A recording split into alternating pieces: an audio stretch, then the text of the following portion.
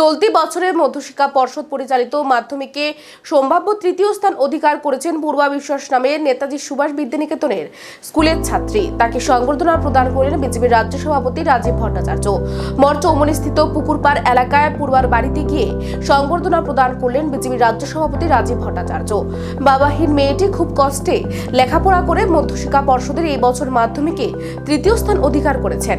আগামী দিনে বিজ্ঞান নিয়ে পড়ার জন্য পূর্বা আর্থিক সাহায্যের দাবি করেন রাজীব ভট্টাচার্যের কাছে। আপনারা অবগত আছেন যে গতকালকে মাধ্যমিক এবং উচ্চ মাধ্যমিক পরীক্ষা ত্রিপুরা বোর্ডের সেকেন্ডারি ডিভিশনের ফলাফল প্রকাশিত হয়েছে। তার মধ্যে নেতাজি সুভাষ বিদ্যানিকেতনের দশম শ্রেণীর ছাত্রী পূর্বা বিশ্বাস উনি ও তৃতীয় স্থান অধিকার করেছে সম্ভাব্য তালিকা।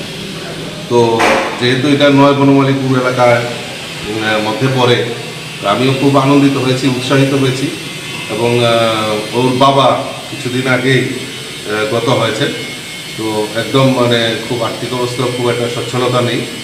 তো আমি এসে ওনাকে ওই মেয়েটাকে সম্বর্ধনা জানিয়েছি এবং আশ্বস্ত করেছি আগামী দিন পড়াশোনার ক্ষেত্রে যা যা সহযোগিতার দরকার নিশ্চয়ই তার পাশে দাঁড়িয়ে আমরা সবাই সহযোগিতা করব। আমার সঙ্গে আমার কাউন্সিলর মণ্ডল সভাপতি মারা এসছেন যে আমরা নিশ্চয়ই ওর যে চাহিদা, ওর যে ইচ্ছা সেটা পূরণের জন্য আমরা যদি কিছু একটা করতে পারি তাহলে নিজেকে ধন্য মনে করি। যেহেতু পরিবারটা আর্থিক দিক দিয়ে খুব একটা আর্থিক দিক থেকে কি কোনো ধরনের সাহায্য করার জন্য সরকারের লাগে কথা করতে বলবেন? দেখুন, আমাদের সেই ব্যবস্থা তো রয়েছে। আমরা ওর স্কুলের যা বই যা বই দরকার হবে খাতা কাগজ কলমের, সেটা আমি নিজে দায়িত্ব নিয়েছি। আমি কথা বলেছি, চেষ্টা করব এবং আর্থিক সহায়তা যদি প্রয়োজন হয় সেক্ষেত্রে আমরা পিছিয়ে হাঁটবো না, আমরাও তাদেরকে সহযোগিতা করব। Thank you.